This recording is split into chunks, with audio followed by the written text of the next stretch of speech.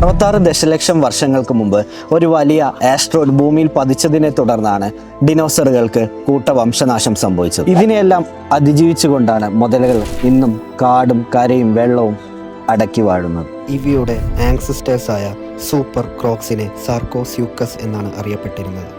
ഏകദേശം 12 മീറ്റർ നീളവും വലിയ തലയോടെ കൂടിയ ഇവർക്ക് ശക്തമായ ബൈറ്റിംഗ് കപ്പാസിറ്റിയാണ്. ചെറിയ ഡിനോസറുകൾ പോലും ഇവയുടെ മെയിൻ ഇരകളായിരുന്നു. ഇപ്പോഴാണെങ്കിലും ആ കാലത്താണെങ്കിലും മുതലകൾക്ക് ഏത് കാലാവസ്ഥയോടു കൂടെ ഇണങ്ങി ജീവിക്കാൻ പറ്റും.